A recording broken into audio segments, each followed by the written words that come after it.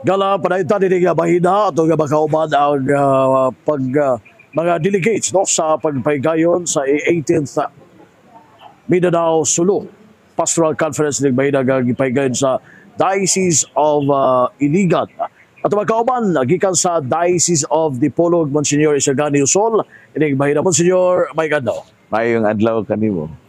Monsignor, ang kabaynog no sa maong activity karon nga naagyod ang mga matag diocese and archdiocese sa tibuok nga Mindanao no ang gikan mismo sa kanimo ang kaimportansya no sa maong activity.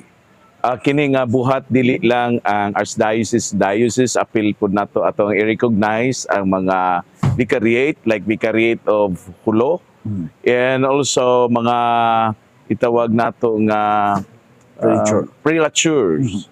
So niini usa ka kahugpungan sa mga matawag natong simbahan sa tibok Mindanao ba nga nagtapok, nagahisgot sa mga unsay ilang mga buhat niya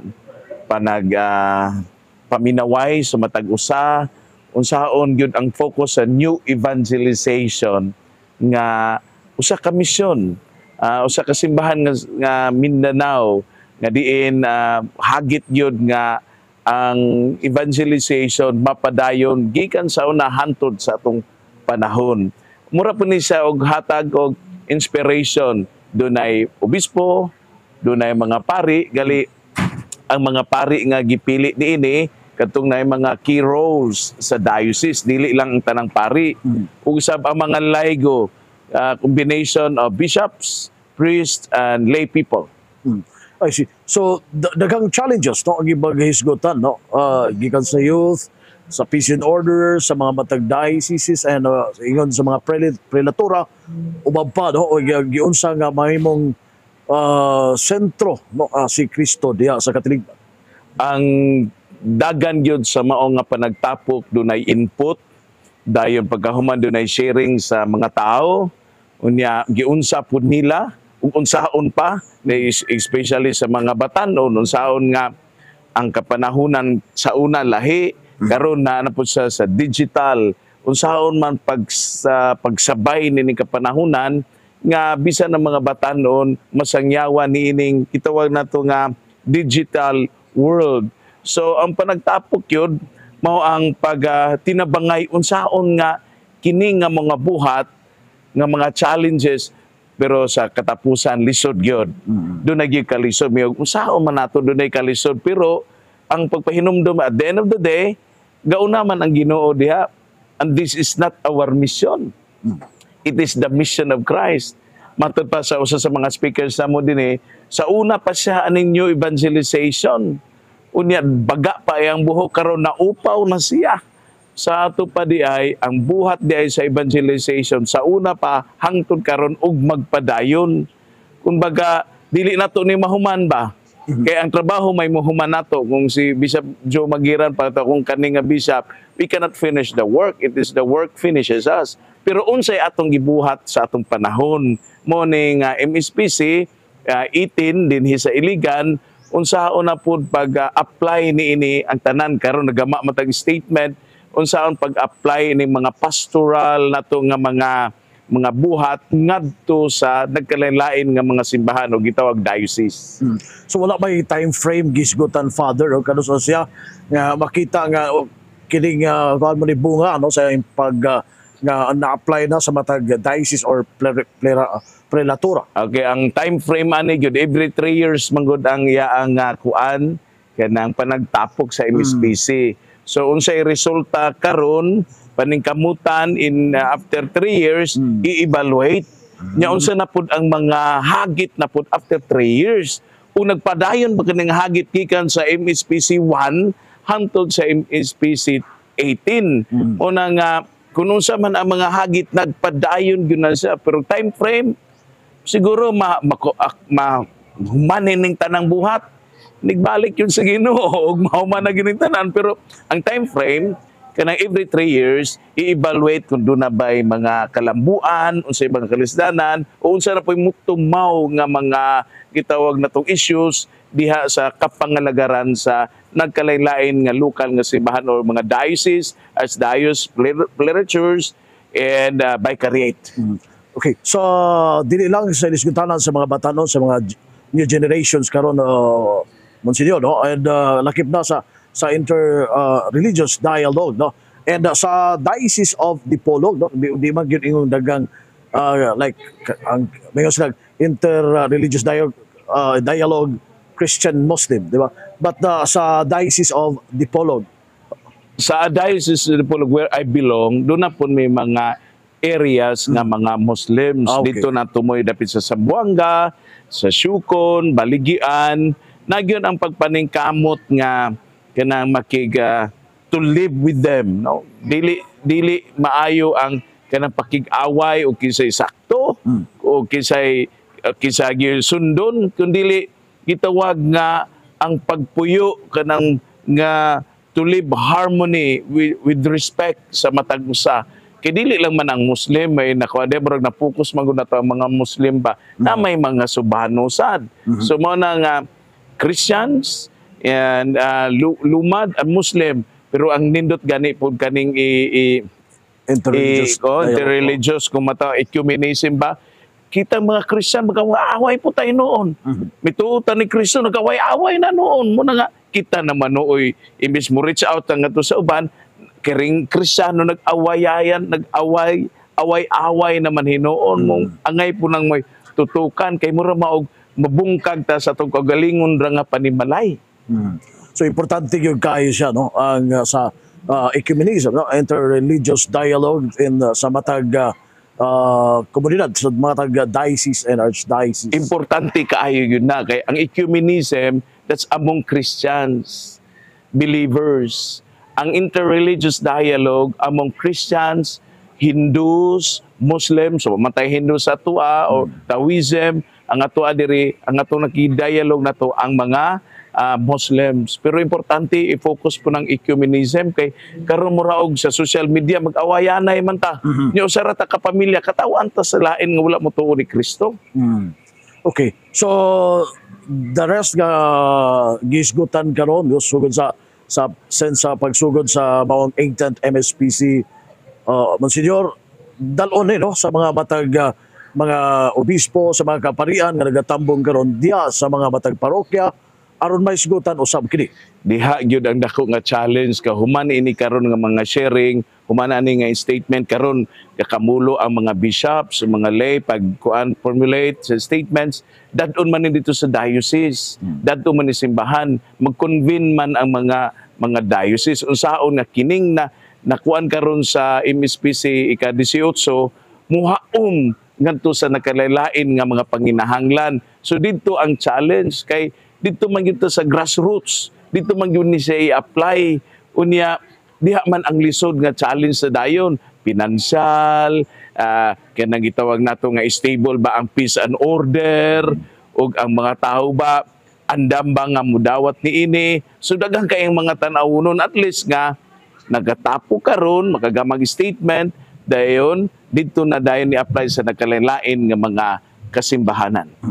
And willing kanunay no ang mga obispo o arsobispo nga nagatambong nining maong MSPC no nga ma-apply and mahimo nining maong tanan nga gisgutan. Kinawilingan kung ako'y pangutan-on nga no ang ilaan lang presensya, maggasto sila, magdala og pari, dalon dinhi kami Dipolog 15 mo'y kabuok gidala dinhi, daghang mga schedule dito nga nabiyaan, unya gigather lang diri kini mga opisina sa diocese, kumbaga mura mga head office ba, mga itawagog na tong mga head offices mga diocese gidala diri karon uban sa bishop. Kung naahangtod karon pila na kaadlaw, di na ka seryoso ang mga obispo nga naa nato sa gitawag nato nga MSPC. Willing kayo sila nga unsa karon ma-apply dito sa mga lokal nga simbahan, diin sila magbalantay kay kuan man na siya kanang independent man na sila, dili makapanghilabot ang usami sa Dipolog no Dipolog usami sa Davao,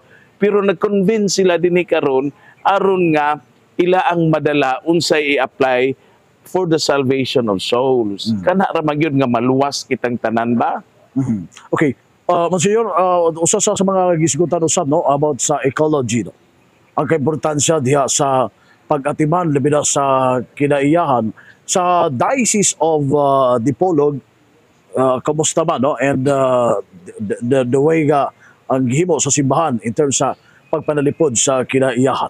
Naagyo tay desk ana nya bisan na nga to ang mga kaparian na inherit na namo ba tong among previous nga bishop nga name Bishop Joe nga naagyo diha sa kabuhatan nga ang paghigugma nga wa gyud tay mahimo kung kini na ang tanan ang madaot mo na nga ang Diocese of Dipolog napod ang pagpaningkamot diha sa dili lamang diha sa atong tree plante magplanta magtanom og mga kahoy nasa mga baybay pero kanang gitawag na tong collaboration with the local government kay sila may naagyoy gahom nga mo implementar ni tanan og magpanalipod mo na nga ang simbahan importante gyud mo collaborate gyud makig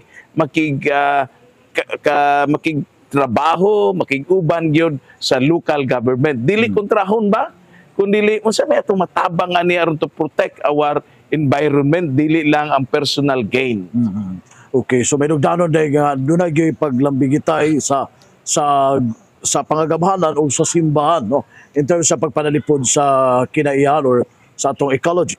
Exactly, no? Kay sila man ang dunay police power, sila man dunay mga resources. Ang ato lang nga makita mo grupo sa mga tao, mo inganyo sa mga tao as shepherds. Dayon we have to collaborate with these agencies nga pwede nato nga matap aron nga atong kausa mag-ipon to protect dili man ang simbahan na usa ra man katawo tong alagaran, ang gobyerno ug ang simbahan usa ra man nakatawo, voters man na silang manimbahay usa ra man na. So ito kita nga mga heads, we have to collaborate aron nga dunay kalambuan sa katilingban. Father, sa mga gisgutan no, ang against corruption no sa matag simbahan aduna gyud tay pagpanigkamot no sa pagigbatok sa korupsyon. Exactly, no, mao gani na nga kanang nga usa sa nakakuan ko sa prayer nga usahay pod nga di ta kabantay ba nga ang ato ding i-collaborate na naana po dayon sa corruption. Unya kadto di ang iyang gidonate dito sa simbahan gikan dito sa corruption. Unya wa ta kabalo nga ana or nagpabuta-bungol na pod kay nakadonate sa simbahan na appeal na ta ana may nakiki-join na ta kumbaga accomplish na ta niining tanan nga mga kuan kay kuatong sisgutan pwede man pod nga doon na po'y corruption diha sa simbahan. Unya mo ni nga ang tan-awon ron sa simbahan dili gyud to point down sa mga naa diha kay basin ako usap ko sa mga kurap ako mobutar ko basin nangayo pug ko og 15,000 ana usa mga kuan di kay uli ko mobutar so apil murabag ang kuan diha ang kuan gyud simbahan dili ba pointing fingers kundi unsa man nga ang mga tao mahinumduman pod nga kabaahin day tang tanan kay diha man sila maminaw sa simbahan ang mga tao. So kita nga leaders dili pong manghinaw kay usahay pod naabya dili makabantay diha pod sa pang governing the church do na po usahay pagkatawhanon makahimo pod og corruption. Okay, so lisod ba sa pagigbatok sa korupsyon kay you mentioned nga naiuban nga wata kabalo nga gikan dito sa korupsyon no ang gihatag diha sa simbahan sa usa ka individual no i-donate na. So kanang kalisod naan ang kalisod pero wala na nagpagkawala na itong paglaom kaya na mo na itimaron sa ato ay MSPC nga dili mawad-an sa paglaom kaya ang itong paglaom si Jesus man so ang kunon gyud kung dunay problema ug kabahin ta sa problema aron dunay matawag nato nga panglantaw nga naningkamot ta nga ma-minimize ug dili magani masulbad ang tanan nga kabahin ta nga dili ta mingon nga sila ra kundi kabahin dita niini kay naamang gyud na siya. So nga problema nga o realidad diha sa katilingban. Father, Monsignor, salamat gayo sa gayo nagabag kanamo basin do na kay bot pa nimo ipabot additional information nga wala to na pangutana dinhi gabay. Una sa tanan, kita nga mga karon nga naminaw sa DXDD. Salamat, gimingaw po ko kayo sa DXDD. Kay angkor bi ako sa una. So, niini, seryoso yun po ang simbahan sa mga panghitabo karon current issues. Ba ng mga flood control, ug uban pa. Pero, manghinaw ba ta, ana? Ang mga tao ba, manghinaw ba po ta? Nga mga butante? Ang simbahan, manghinaw ba po ni ana? Nga, sige ra ba po ta pangayo pug project diha? Unya dili dayta sensitibo nga asa ka ni dapit gikan, pero ang importante nga kabahin gyud ta sa problema, unya kabahin po ta sa solusyon. There is hope. Mo na nga dunay paglaom, dili mo kay ang mingon na dayon ta nga mao na gyud na hitabo, iya na siyawa. Nga pasagdahan na lang gyud na kay mao na hitabo, iya na siyawa, mitawag na tay paglaom. Dunay paglaom kanunay, dunay gyud paglaom nga kinitan everything will be okay. Kay mayong pa nga kita magampo nya mag-usab sa tong kinabuhi, God hears our cry from heaven. Iyaha nga tabangan ta nga ma-okay na pud ang tanan. Be hopeful. Ay pagpakawalag paglaong mga igsuon sa mga panghitabo karon. Sugdi sa kagalingon. Sugda na to sa kagalingon. Dili kay sige tagtudlo kinsa mao'y atong basulon. Kun dili magampo nya sugdan ang kausaban sa kagalingon, then diha na dayon na mukuyanap sa katilingban. Salamat kayo, Dr. Kauban, na tuang Bikaryo General sa Diocese of Dipolog, Monsignor Isagani Osol. Salamat kayo, Monsignor. Salamat kayo sa DXDD. Gikan rin sa among location, kinis W8, Manuel Ronquillo Jr. Salamat kabarangos Jake Michael Donal, may adlaw.